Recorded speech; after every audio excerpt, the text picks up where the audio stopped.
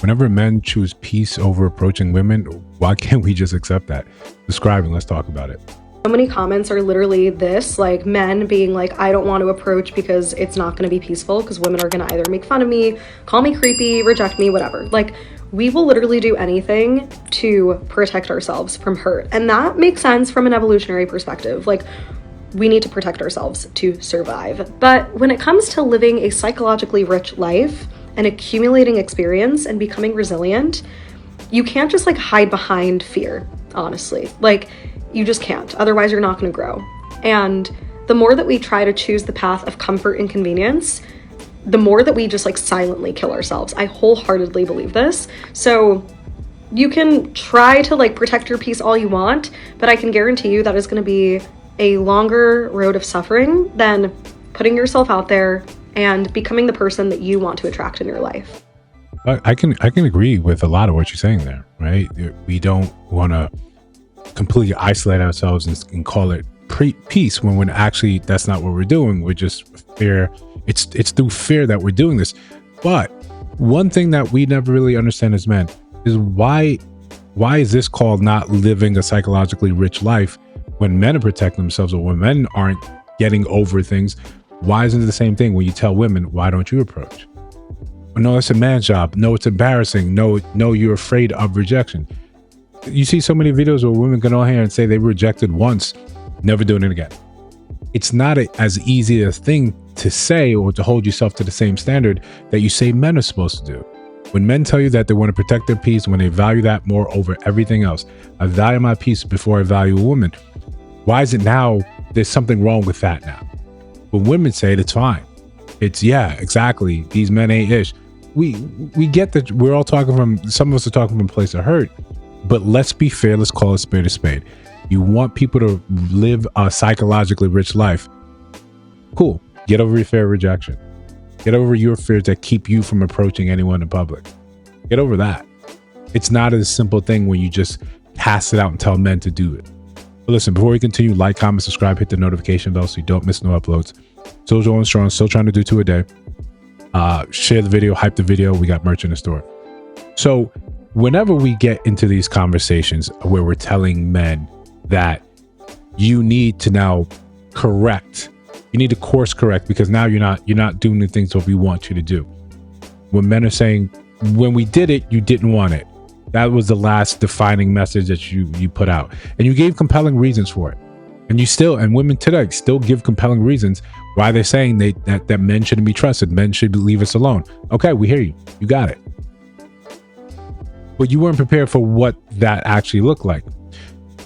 Several supermodels have like made comments, right? And this is just a function of time because as we get older, those in those ages are aging out. We're saying that they went from having male attention in spades to watching it dry up almost immediately, almost overnight, and them telling their story about how that affected them, psychologically, how it was bothersome, how it made them feel invisible.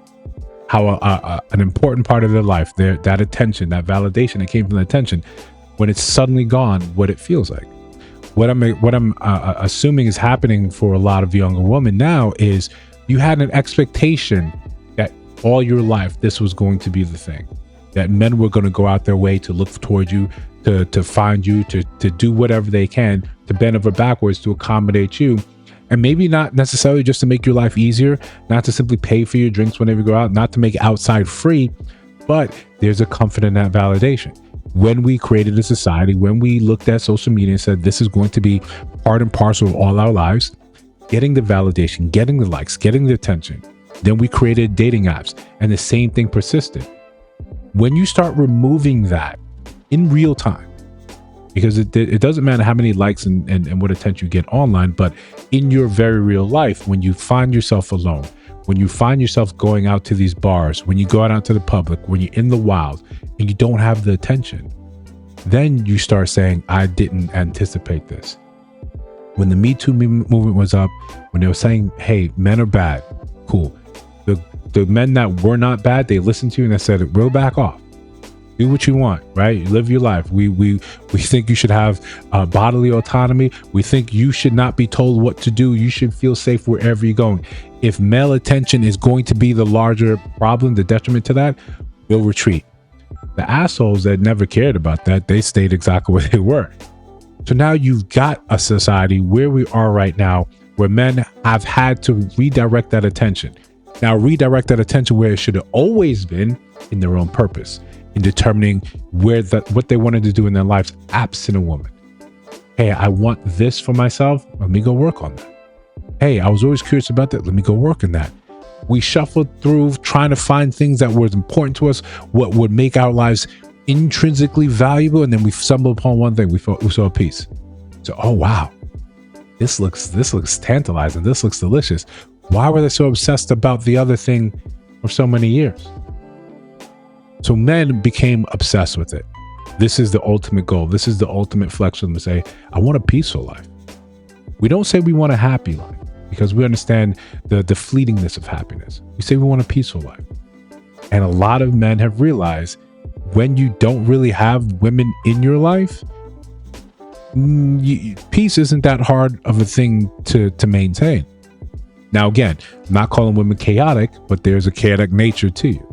It's a chaotic nature to living with anyone, with having another human in your life adds a breed of uncertainty. This is a genderless thing, right? Women are saying the same thing about having peaceful lives, not wanting to have a boyfriend, want to have someone in their house. Cool. You'll never hear me pushing back on any of that. What you want is what you want. There are harmful agents on both sides. There's been harm done on both sides. We get it. But now that men are just withdrawing and said, yeah, I'd rather not approach. I'd rather not do this. I'm going out to enjoy myself. If I'm going out to try to pick someone up, that's a different story. That's a different move. And men in large are saying, I don't really see the point. This is because of redundancy, because of the dating apps, of approaching in person, and of listening to what people are saying online and social media. You may not agree with it. You may not like it, but social media plays such a large part in informing the populace. This is why larger media, traditional media, is so focused on entering those spaces, sometimes pulling people out of those to put them in different places. Because they understand that whoever controls that is going to now have the most direct effect on young minds. So what is said online matters greatly, probably more so than we ever realized in the past. So when you hear commentary, when you see videos constantly dogging men out, constantly telling them that they aren't good enough, constantly telling them that they're bad, and then those men withdraw and say, you know what, I'm gonna withdraw in peace. I'm not gonna flame you. I'm not gonna get angry with you. I'm just gonna go look and see what else I can do with my life. Because it was never that if I don't have women in my life is worthless. No, there's so many other things to do. There's so many avenues worth to pursue, and a lot of men have found real peace in that. Remember the difference between peace and happiness, especially the way men view it. And I've always looked at happiness as a fleeting thing. Peace is something that they can maintain over time. Most men are fine with being content, not sort of chasing some sort of happiness. When men are basically now they're swimming in that and they're fine with that, we have women saying, no, you should.